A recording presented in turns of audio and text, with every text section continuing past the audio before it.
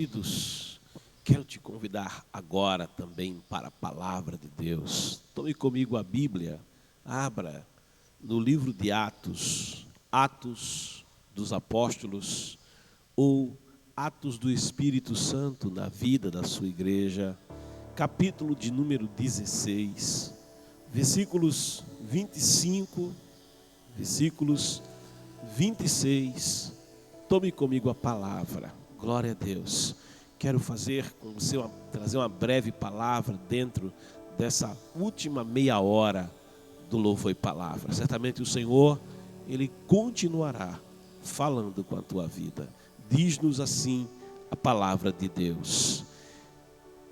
Por volta da meia-noite, Paulo e Silas estavam orando e entoando hinos de louvor a Deus, enquanto os demais presos os ouviam.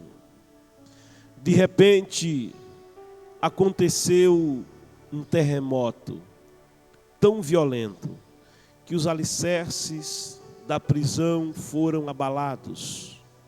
No mesmo momento, todas as portas se abriram e as correntes que prendiam a todos se soltaram.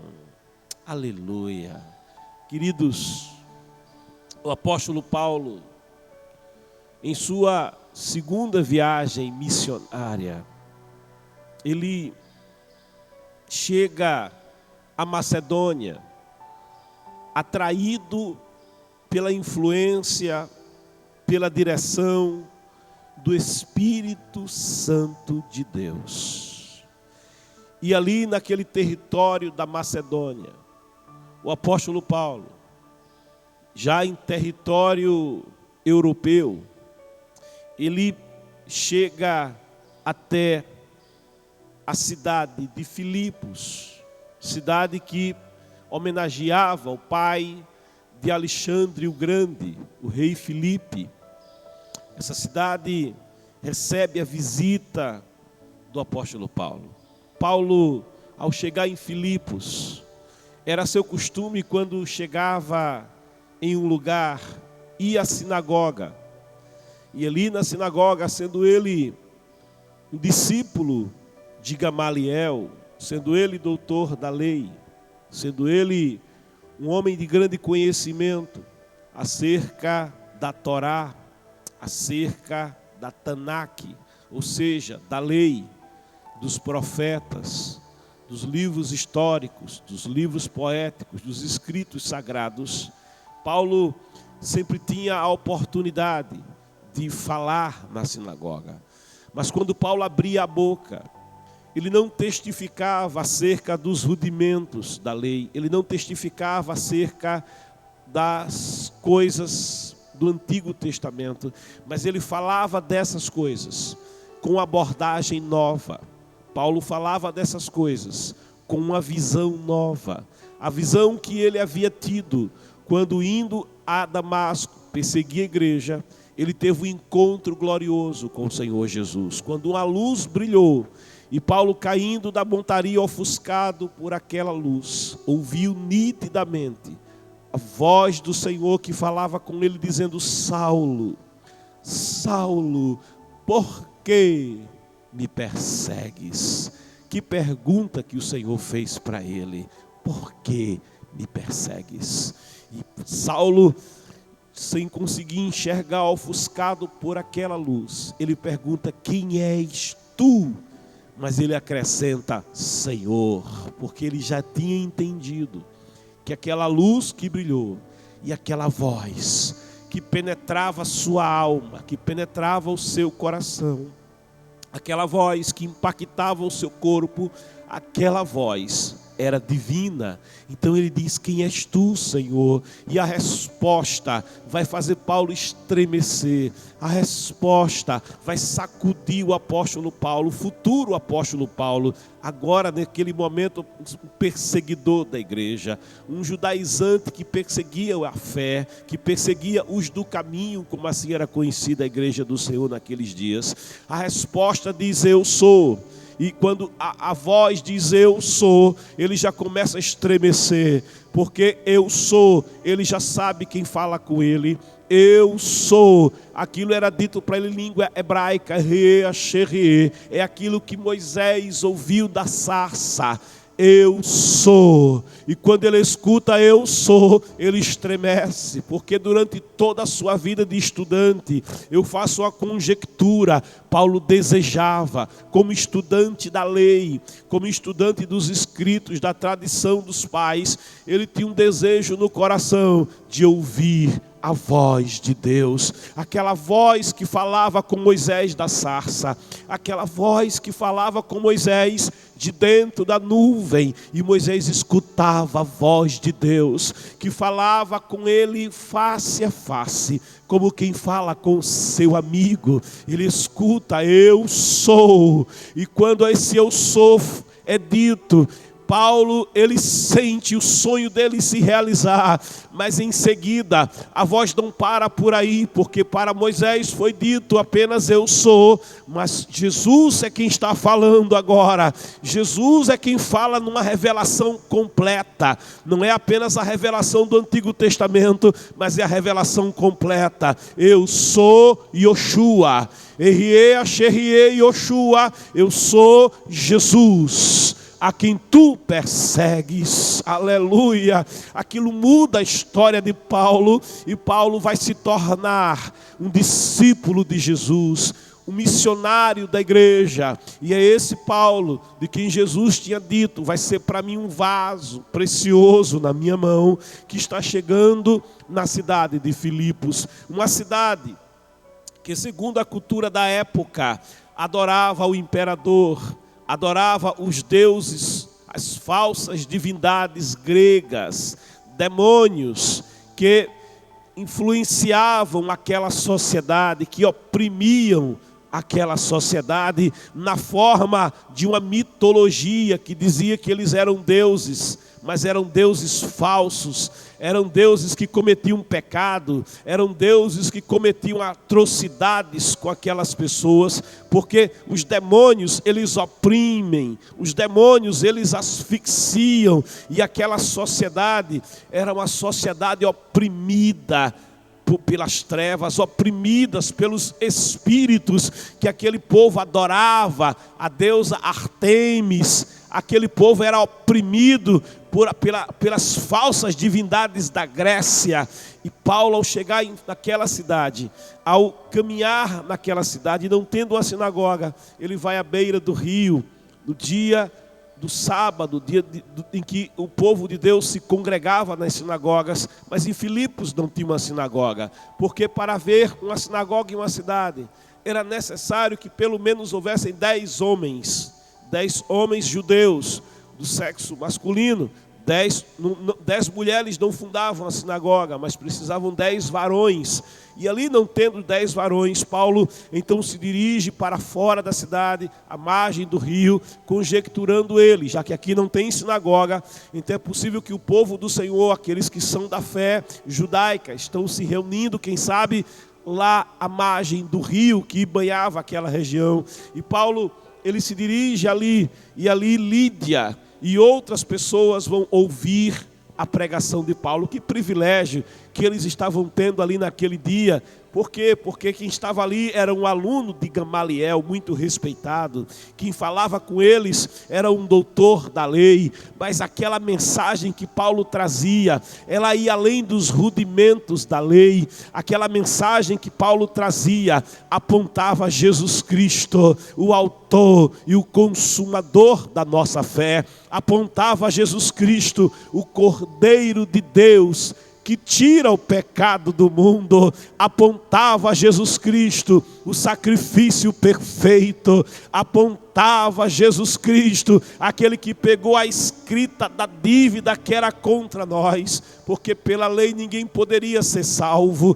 A lei, ela quando vem, ela evidencia a força do pecado. A lei quando vem, ela evidencia a impossibilidade do ser humano de salvar-se a si mesmo pela guarda da lei, porque quem cometia pecado, quem caía em uma única vírgula da lei, era culpado de toda a lei, e sobre todos estava uma sentença, porque todos pecaram e destituídos estão da glória de Deus. Ninguém podia ir além do véu, a não ser o sumo sacerdote. Uma vez por ano, no dia do Yom Kippur, no dia do perdão, poderia ele atravessar o lugar santo, poderia chegar ao santo dos santos e ministrar, ainda assim com temor da sua própria vida, carregando, levando uma corda que presa à cintura podia ser utilizada para tirá-lo daquele lugar, porque ninguém se atreveria a buscá-lo se na presença do Deus Todo-Poderoso,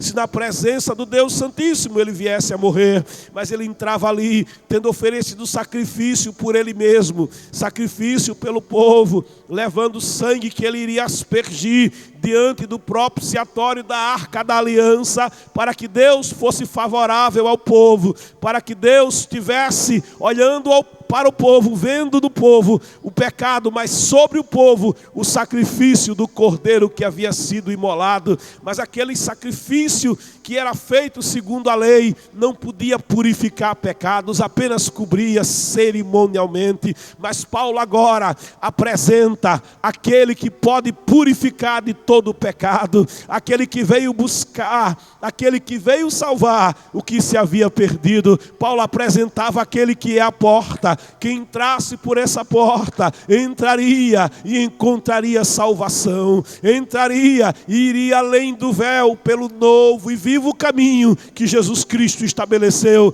para chegar à presença do Pai. Aquele que disse em João 14:6, eu sou o caminho, eu sou a verdade, eu sou a vida, ninguém vem ao Pai senão por mim. Naquele dia, Lídia e os de sua casa tiveram um encontro com o Senhor Jesus Cristo. Lídia e os de sua casa vieram conhecer a revelação de Deus em Cristo e fizeram uma aliança nova, a nova e eterna aliança no sangue de Jesus.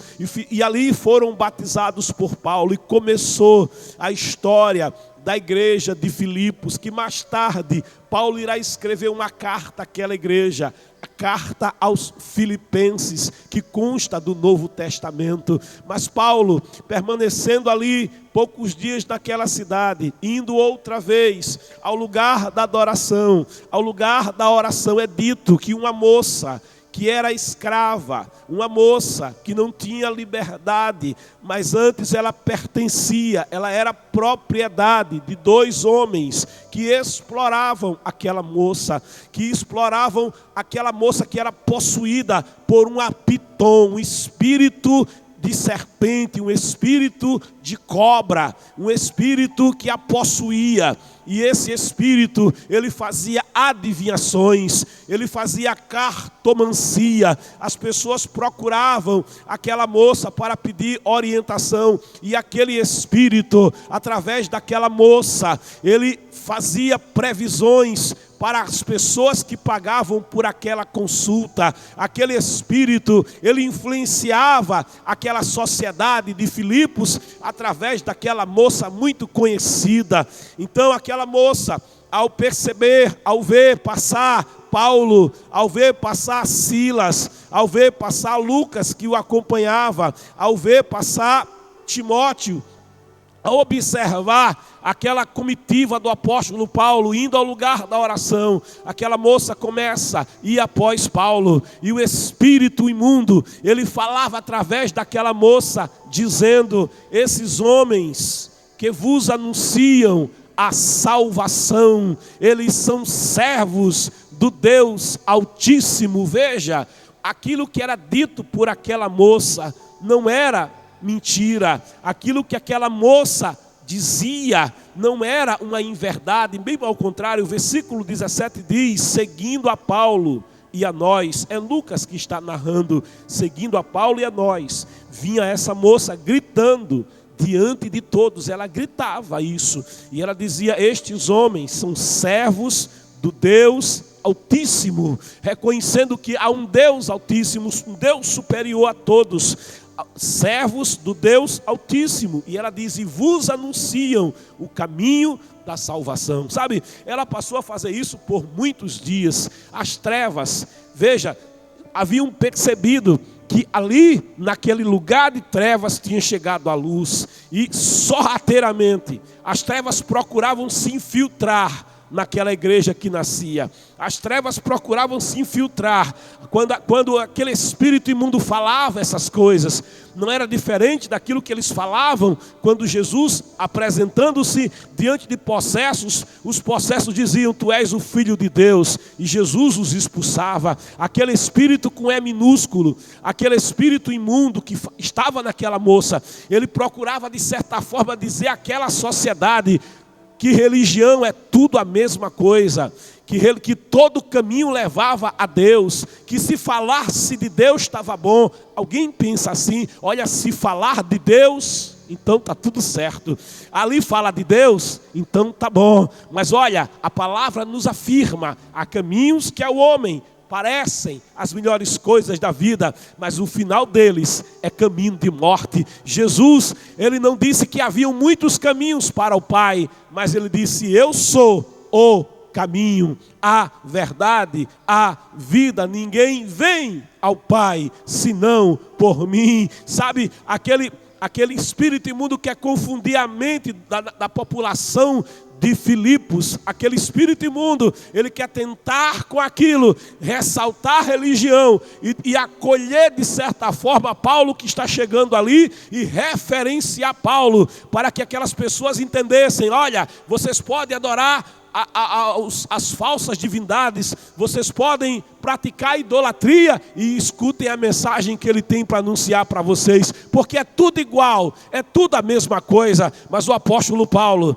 movido pelo Espírito Santo, incomodado, sabe por que nós não precisamos de propaganda feita pelas trevas, não. Paulo, incomodado por aquilo, ele se volta para aquela moça possuída, oprimida pelo espírito maligno. Muitas vezes você vê alguém que pratica magia negra, você vê alguém que pratica os cultos afro, cultos de candomblé, que alguém vende no Brasil como cultura, e aquelas pessoas, os chamados pais e mães de santo, são pessoas que muitas vezes têm lá a vida oprimida, são oprimidos pelos demônios, são oprimidos pelas trevas, são pessoas que sofrem. Quando muito jovem, aos 14 anos, aqui na igreja Assembleia de Deus, foi levantado um grupo de jovens para evangelizar os centros espíritas. E eu me lembro que certa vez, Kennedy, indo para Lourenço de Albuquerque, em uma daquelas ruas ali da Grota, da região da Grota, quando aquele grupo de jovens, eu bem garoto, uns 14 anos de idade, acompanhando jovens que tinham mais experiência e mais idade que eu era novo na fé, aleluia, mas sabe, tinha sido batizado com o Espírito Santo e com fogo. E um crente, quando é cheio do Espírito Santo, quando ele é revestido de poder, ele diz: eu não quero perder a oportunidade. E foi o que eu disse: eu não quero estar fora desse negócio. Mas você é muito novo, eu posso ser muito novo, mas Jesus me batizou com o Espírito Santo, e eu quero estar lá para socorrer aqueles que estão sendo oprimidos pelas trevas, oprimidos pelos grilhões do inferno. E eu fui com aquele grupo naquele dia, e naquela rua, quando a gente, domingo à tarde, 2 horas da tarde mais ou menos, nos aproximávamos daquele centro de candomblé, de umbanda, de quimbanda, onde se praticava cultos afros, nos aproximando daquela casa, as portas estavam fechadas, mas lá dentro, de repente, uma pessoa gritava aos berros e dizia: eu não quero saber de crente aqui, eu não quero conversar com crente aqui, eu não quero crente aqui. Gritava aos berros, a porta fechada. aquela pessoa que estava ali estava possuída por demônios. Ela não tinha como saber por si mesma que um grupo estava se aproximando daquela casa, que um grupo estava chegando ali. Como é que isso aconteceu? É porque quando a luz chega, abala as trevas. Quando Paulo chegou em Filipos, potestades e principados que oprimiam Filipos, aquele mundo espiritual foi impactado, o mundo espiritual foi abalado, porque quando a luz chega, as trevas recuam. Quando a luz chega, as trevas são abaladas. Aquela mulher gritava, não ela, mas possuída por demônios, ela dizia, não entra aqui, não é para entrar aqui. Mas a gente foi chegando, foi abrindo a porta, foi entrando, e ela estava ali, naquele centro, possuída pelos demônios, e ela ficou do lado de lá, possuída. Teve uma hora em que a gente começa a cantar, pelo sangue de Jesus, o sangue de Jesus tem poder. Começamos a louvar pelo sangue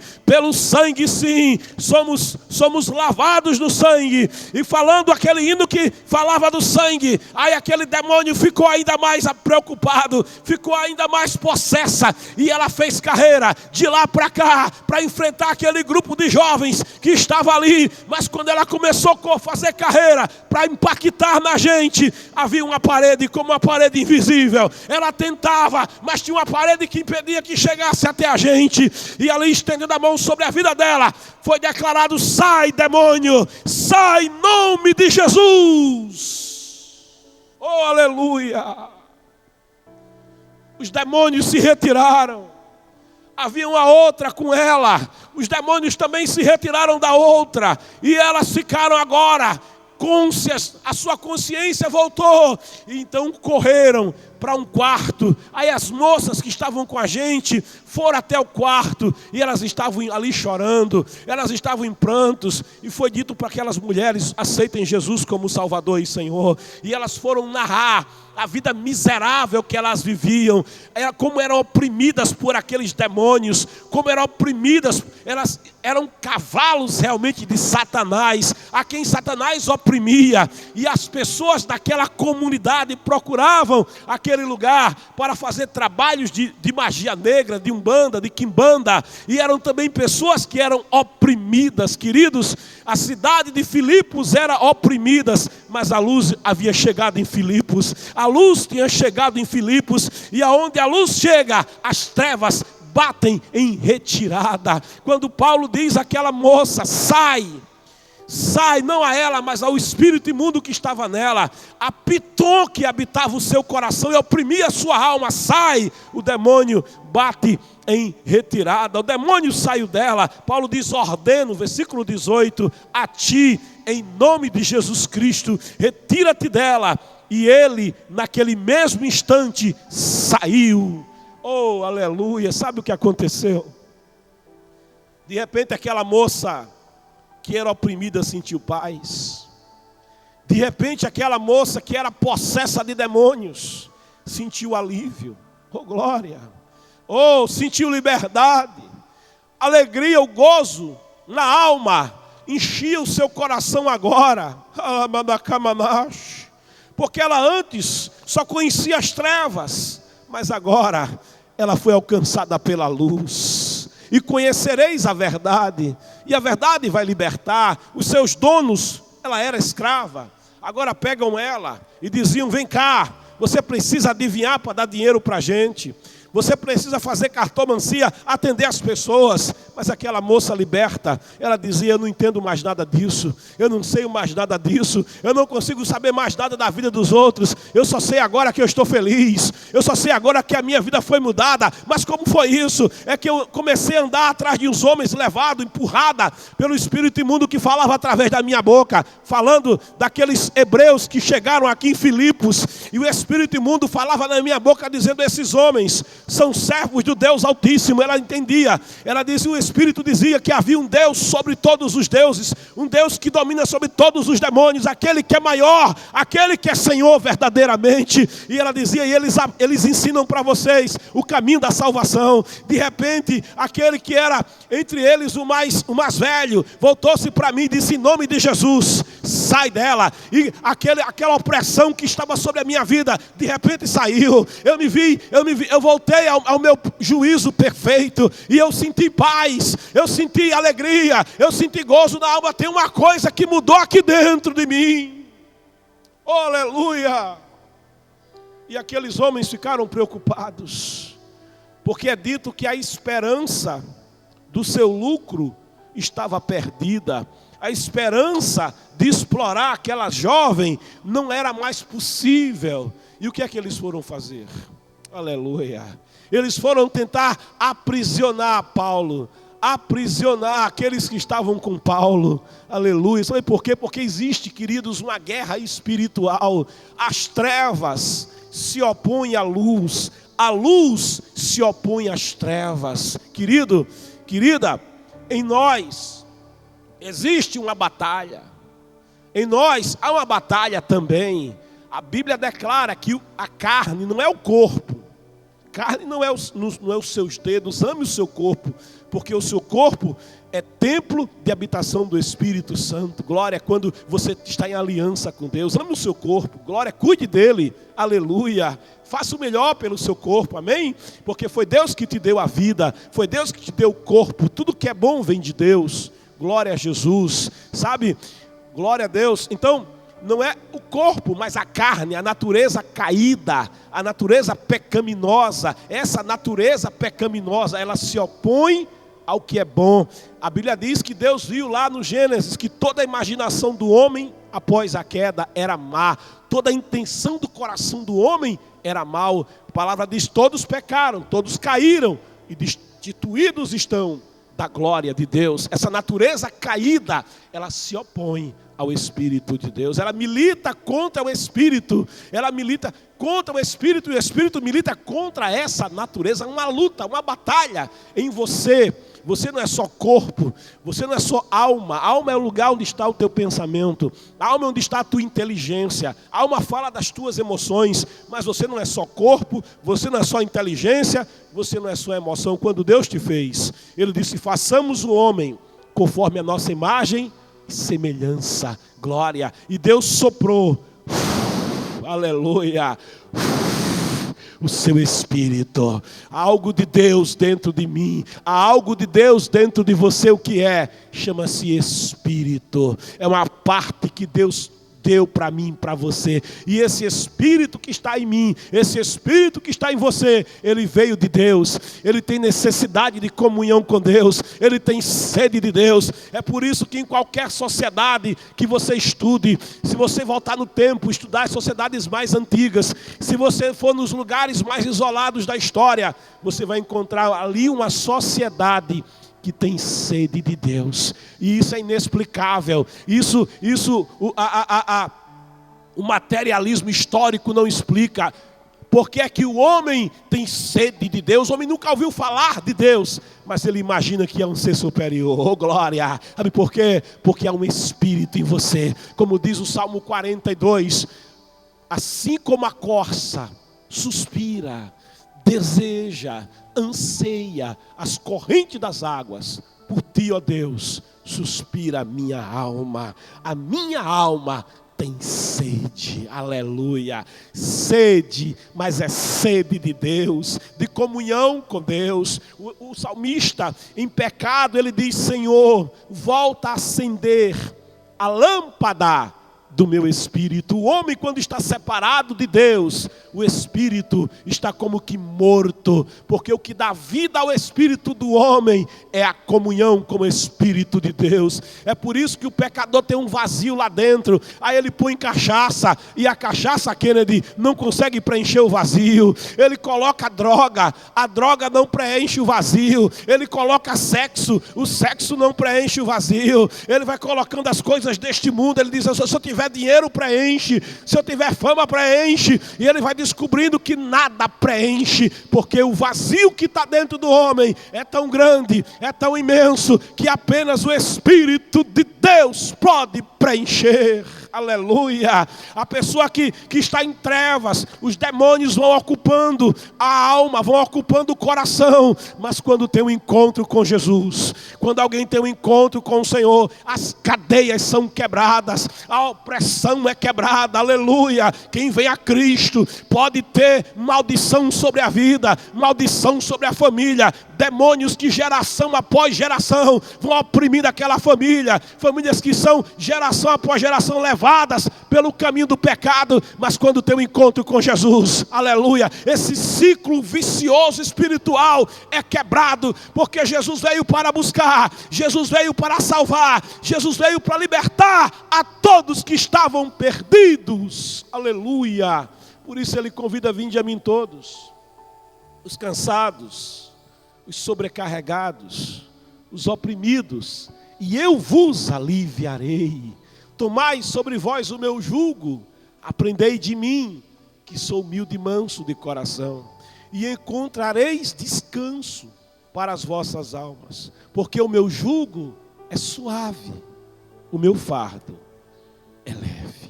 Querido, querida, você que ainda não teve um encontro com o Senhor, eu quero te convidar hoje, não para conhecer uma religião você já conhece, aleluia, mas para ter um encontro com o Senhor Jesus. Aquela moça tinha religião, aquela moça vivia uma religião, mas a religião daquela moça a oprimia. A religião, os demônios que aquela moça adorava apenas oprimiam a sua vida, ela não tinha liberdade. Mas Jesus, Ele veio nessa manhã para te dar liberdade. Glória a Deus. Faça com o Senhor essa manhã uma aliança. Faça com o Senhor nessa manhã uma entrega da sua vida a Ele. Entregue o seu caminho ao Senhor. Confia e Ele vai te salvar. Ele vai salvar tu e a tua casa. Ele vai mudar a tua vida. Glória. Ele vai mudar a tua família, teu casamento, o teu lar. Isso acontece. Quando? Quando você se encontra com a luz. E a luz é Jesus. Eu preciso parar. Quem sabe, Kennedy, a gente prossegue meditando nesse tema um outro momento.